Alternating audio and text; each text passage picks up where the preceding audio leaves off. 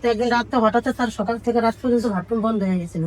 আসার পর ডাক্তার অনেকগুলো টেস্ট দিল। টেস্ট দেওয়ার পরে বললো যে তার খাদ্যনালীতে টিউমার হয়েছে। পোলায় নিয়ে গেলাম, পোপোলার থেকে রিপোর্ট আসলো যে তার ক্যান্সার আছে। গ্যাস্ট্রোলজিক্যাল ক্যান্সার ক্যান্সার। আছে। তো আমাদের এখানে মাত্র 4 মাস ট্রিটমেন্ট করার পরে আপনার সমস্ত রিপোর্ট নরমাল আসছে। আসসালামু আলাইকুম, আমি ডাক্তার এটিএম রেজাউল করিম, গণস্বাস্থ্য হোমিওতে থেকে বলতেছি। আপনাদের সামনে এমন একজন ব্যক্তির পরিচয় করে দিব যিনি ক্যান্সার থেকে জয়লাভ করে আমাদের সামনে আছে। উনি দীর্ঘ 4 মাস আমাদের চেম্বার থেকে ওষুধ সেবন করে আল্লাহর রহমতে উনি সুস্থ আছে, যার সমস্ত রিপোর্ট আপনাদেরকে দেখাবো এবং উনার সাথে আমরা সর্বপ্রথম পরিচয় করে দিচ্ছি। আপনার নাম? রহিমা খাতুন। আপনার বাবার নাম? শফিউদ্দিন মাঝি। শফিউদ্দিন মাঝি। আপনার মার নাম? জলেখা খাতুন। আচ্ছা, আপনার গ্রামের বাসা কোথায়? চরবেশন ভোলা। থানা? থানা চরবেশন। আচ্ছা, জেলা? ভোলা। আচ্ছা, আপনি আমাদের এখানে কি সমস্যা নিয়ে আসছিলেন? ক্যান্সারের সমস্যা, গ্যাস্ট্রোলজিক্যাল ক্যান্সার। আচ্ছা, উনি আপনার কি হয়? আপনার হাজবেন্ড। আচ্ছা, আপনার নাম? মোহাম্মদ আবুল বাশার। আবুল বাশার। আচ্ছা, যে আপনার বাসা কোথায়? বাসা এখন বর্তমানে কামরাঙ্গীরচরে থাকেন। আচ্ছা, হোম ডিস্ট্রিক্ট? ভোলা। ভোলা চরবেশন। গ্রামের নাম? উত্তর মাদ্রাস। উত্তর মাদ্রাস। আচ্ছা, আমাদের এখানে আপনার ট্রিটমেন্ট করতেছেন কতদিন যাবত? 4 মাস। 4 মাস। 4 মাস পরে আপনি আমাদের এখানে যে ট্রিটমেন্ট নিলেন, আপনার কাছে কেমন অনুভূতি হচ্ছে? ইনশাআল্লাহ অনেক ভালো। অনেক ভালো। আচ্ছা, আপনার নাম? সুমা বেগম।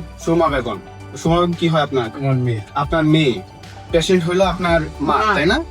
আচ্ছা, আপনার মার সর্বপ্রথম কি কি সমস্যা হচ্ছিল আর কি নিয়ে আমাদের এখানে আসলে একটু যদি বিস্তারিত বলতেন সবার উদ্দেশ্যে। তার প্রথমে অনেকটা সমস্যা ছিল, আমরা তো তখন বুঝিনি, মানে উনি অসুস্থ হয়ে যাইতো। তো একদিন রাত্রে হঠাৎ তার সকাল থেকে রাত পর্যন্ত বাথরুম বন্ধ হয়ে গেছিল। আচ্ছা, তখন রাতের 2টা বাজে আমরা মেডিকেল নিয়ে আসি।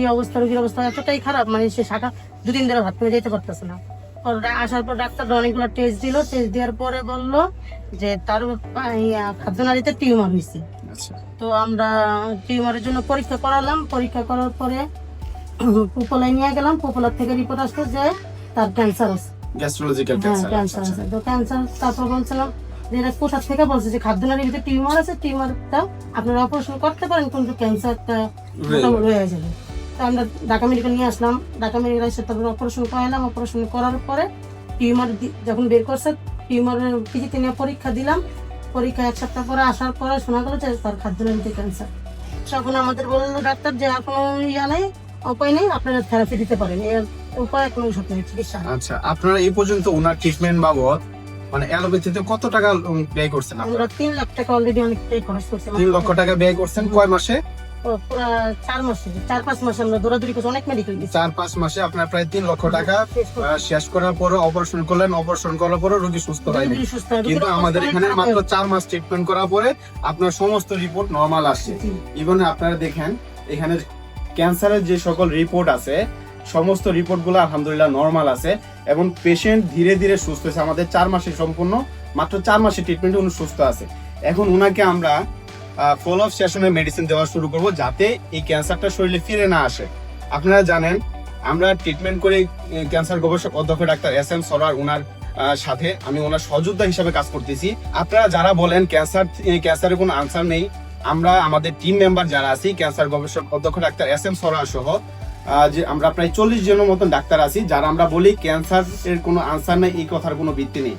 কারণ আমাদের এখানে প্রতিদিন যদি আপনি আসেন দেখবেন সুনির্দিষ্ট আমাদের চেম্বারে অনেকগুলো পেশেন্ট আছে যাদের কাছে আপনি দেখতে পারবেন আমাদের ক্যান্সারের রোগী সুস্থ হওয়ার গল্প।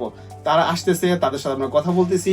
আপনি আমাদের অফিসগুলো ভিজিট করতে পারেন এবং আমাদের জন্য দোয়া করবেন এবং আমাদের সাথে যোগাযোগ করার জন্য স্ক্রিনে দেওয়া নাম্বারে ফোন দিবেন। আসসালামু আলাইকুম।